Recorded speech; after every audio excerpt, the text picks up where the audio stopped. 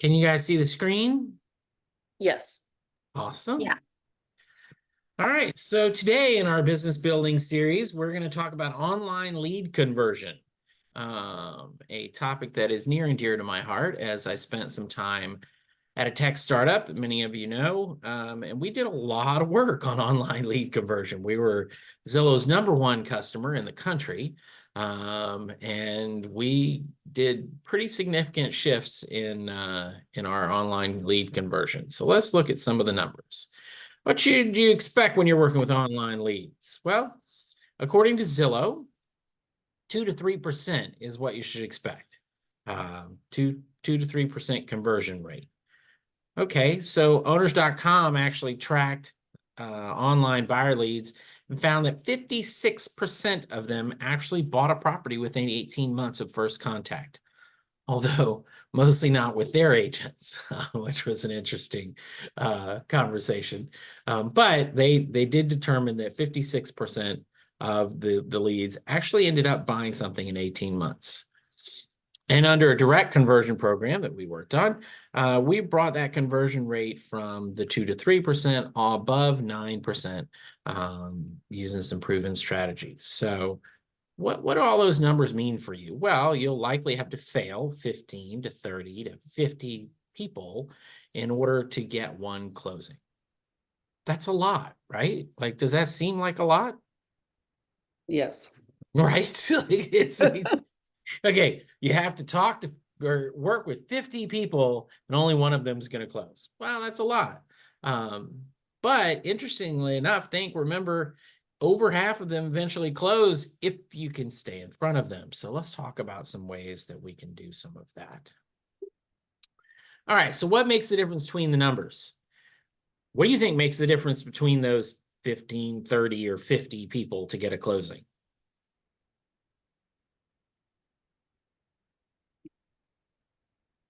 Don't all talk at once. Being able to start a conversation with them, number one, getting them to Definitely. answer you. Definitely. Getting connected, right? Getting the response. What else? Like, let's assume that you talk to some people. What do you think keeps them from, like, why would one agent get a 30, 1 in 30, and the other one gets 1 in 50? Is it the lead quality? Is it the Isn't it, conversation? isn't it because like certain websites like will direct you to like certain agents? So they will, but think about we're just talking about people that got directed to you, right? Oh, Whether you got them through Zillow or Realtor or Remax or your any other brokerage or whatever. We're talking about online leads that came to you through some kind of online marketing profile. It might come through your social media, like whatever, right? Um, and there's a difference between what goes. The #1 factor that I'm aware of that most people don't talk about is called speed to showing. It measures the time from the first reach out, not your first contact with them, their first reach out, to being in the property with you. The faster you make that happen, the more likely they become your client. So a couple of things come to mind there. When somebody reaches out to you, they're of course reaching out to 5, 10, 15, 20 other people at the same time, if you weren't aware of that. Most of the websites that you get leads from send it to multiple people at the same time. So when they're reaching out once, it's actually being sent to 5 or 6 or 10 different people. So there are a lot of people being put in front of a lot of different agents. And do you know that in the average person that gets put in front of 10 different agents or reaches out to 10 different agents, do you know how many of those agents actually respond? Probably less than half. Statistically less than 1. So most leads don't ever get reached out to by most of the people they reach out to. And so if you, to your point, Victoria, if you can just connect with them and get them to start a conversation with you, that's the number one way to get them moving. And in this instance, we're talking about getting that conversation to be in person in a property, because that's what they call for, right? Most leads, and we're talking mostly about buyer leads, but most buyer leads are inquiring about a property, right? They're not inquiring about an agent. They're not inquiring about, oh, what's it take to buy a property, or how does real estate work? They called about 123 Main Street and they want to go see it. So you want to make that happen as quickly as possible. So let's talk about the proven strategy that I know works because he implemented it. And everyone I taught it to that actually used it increased their conversion significantly, like 3 or 4-fold. So the first step is that get them to a showing ASAP, right? Don't pre-approve them. Try to determine how real or not they are. Just show them the property they inquired about.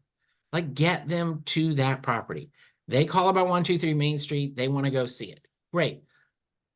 I can show it to you this afternoon at 4 o'clock or tomorrow at 2 o'clock. Which one of those works best for you?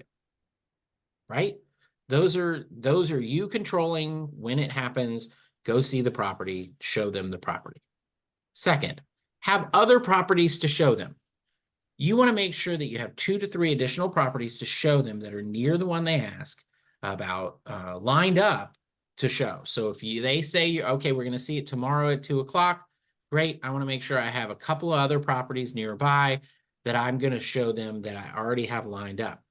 And the statement is that when you're confirming the showing, say, let's plan to being together for about 30 minutes so we can see that property at 123 Main Street, because I know that you're interested in that. But I also have a couple of others nearby that I'd like you to see to compare against. Does that work for you? They will almost always say yes, right? Because one, you're offering to show them properties that they are having trouble getting to, shockingly, which is ridiculous, but it's the truth. And so two, just offer to help show them and be the one that shows them the properties. Very important in the process. This is a key point that kills a lot of people. If I go show the property, I need to not just know the properties you're showing, but I need to know the area so I can answer questions. So if this person's from out of town or across town or whatever, they might not know anything about the area. And so they might start asking you questions. And, the phrase of, oh, well, I'm not sure, I can look that up, or I can get back to you with that answer. So many people think that's a wonderful response. I think it makes you look stupid.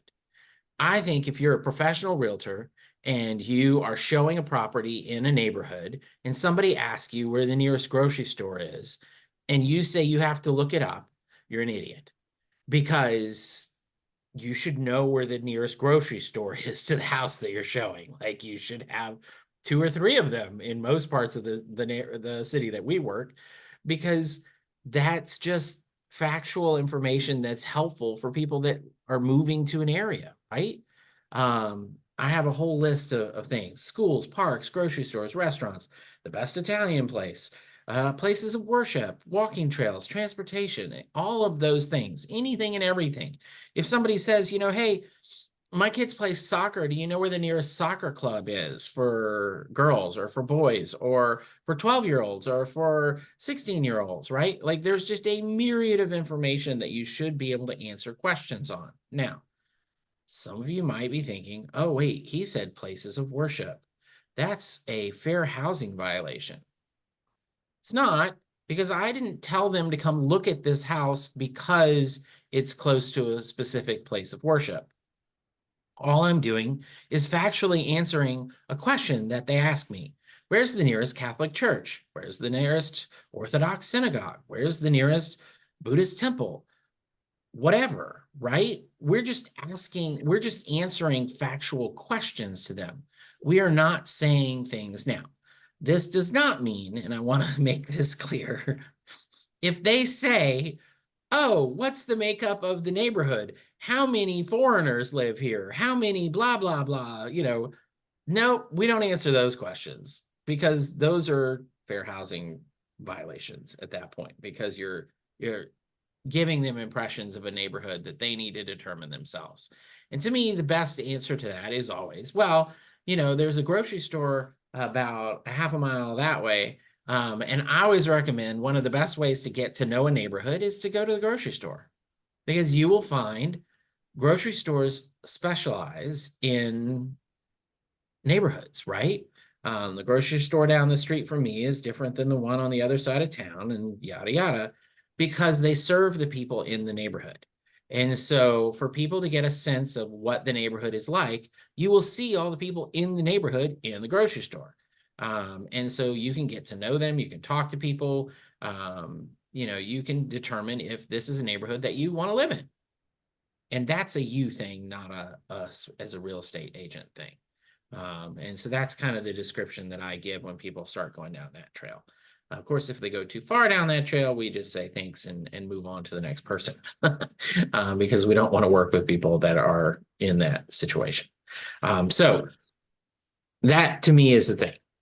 While you are meeting with them and showing them these 2 or 3 properties, you want to nail them down for a buyer presentation and a brokerage agreement. Remember, before you do the brokerage agreement, you can't advise them on things.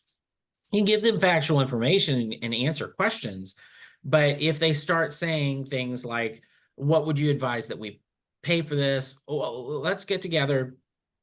I want to do a buyer presentation with you and make sure that we understand the buying process. And of course, you at this point know what their experience is. Are they somebody that's bought, a dozen houses? Are they somebody that's never bought a house? Those sorts of things will play into how you present that buyer presentation.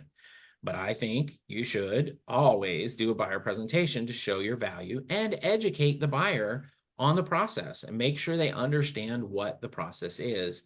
And then, of course, you present them with the option of hiring you as an agent, as their agent, which is, of course, the brokerage agreement. And at that point, you can start to advise them. Questions about this strategy?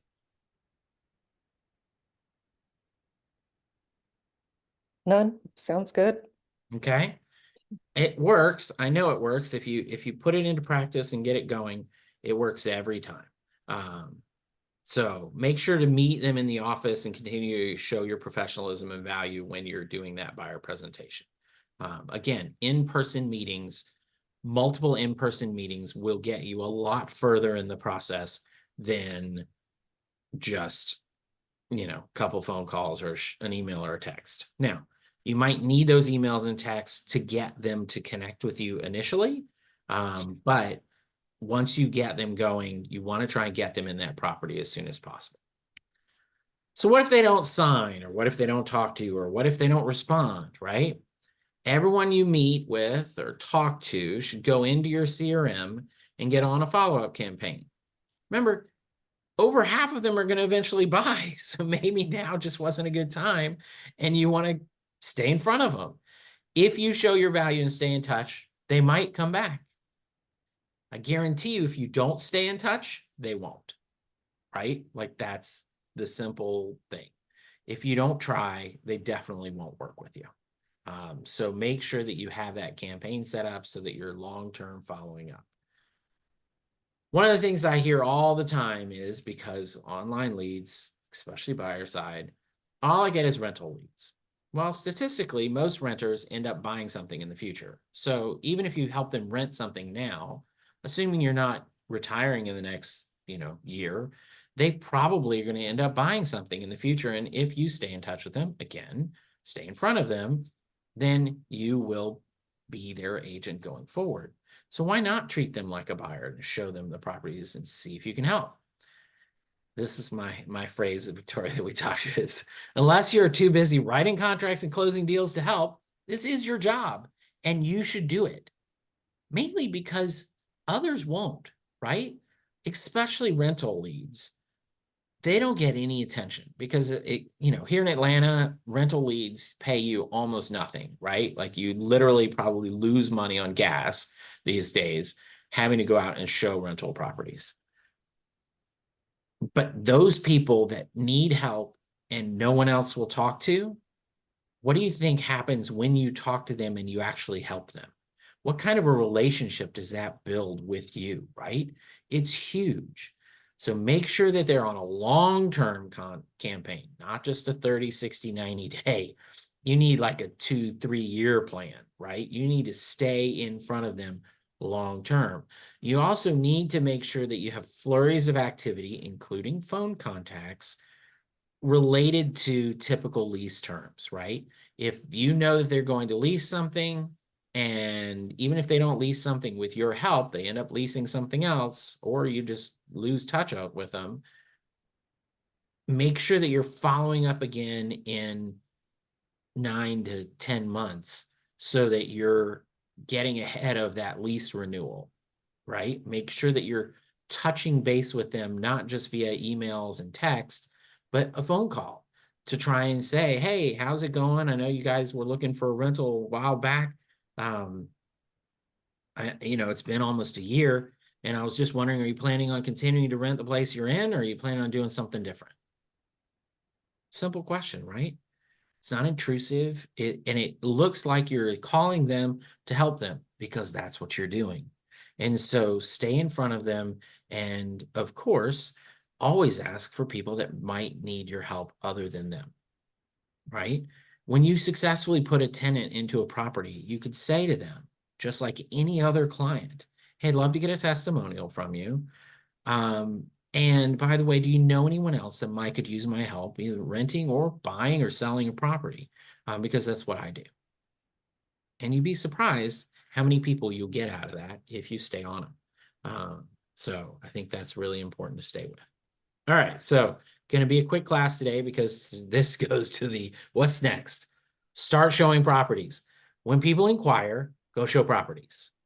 Don't try to determine if they're real or if they're whatever. Worst case, you get to go see some more properties and learn about areas, right? Develop that system to have the knowledge and the follow-up. Put it into action, and don't ever say, I can't help you. Because as a real estate agent, I promise you're probably not as busy as you think you are. And if you were actually spent more time out showing properties, you would get more money. It's just the way it works. Questions, thoughts? No, sounds good. I All right. I was at a point when I would get calls for people to see properties. I would just basically jump in the car and go show anybody a property. And then as I got busier, I got away from that practice and got more into the making sure that they were pre-approved and not wasting my time. And I need to get back to just hopping in the car and showing them because it's always good to see new properties and new Yeah. condo buildings and Yeah. use it as a learning experience and to learn the buildings. So, And you're talking to people about real estate, right? Like this right. is what we do for a living. And so it's a great opportunity for that.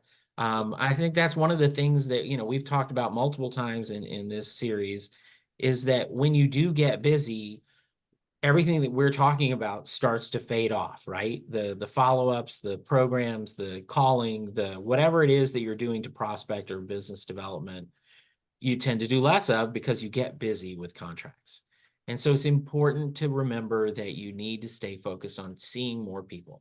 The more people you see, the more you'll do, right? And so that counts. If you have somebody that says, hey, I want to go see a property, that's way better than cold calling, saying somebody, hey, are you interested in buying or selling, right? Like at least they're showing some relatively immediate interest in going to see a property. So that should move them way up the scale. All the predictive analytics in the world aren't as good as someone saying, hey, can I see a house? Like that's the number one thing, right? Right. All right, well, cool. All right, well, that was quick and easy. Next week we'll do another topic and keep going. And so hopefully we'll get you back. Go put this into practice and let me know how it goes. Sounds good. Have a great day. All right, Bye. thanks, guys. Bye. Thanks, Brett. Bye.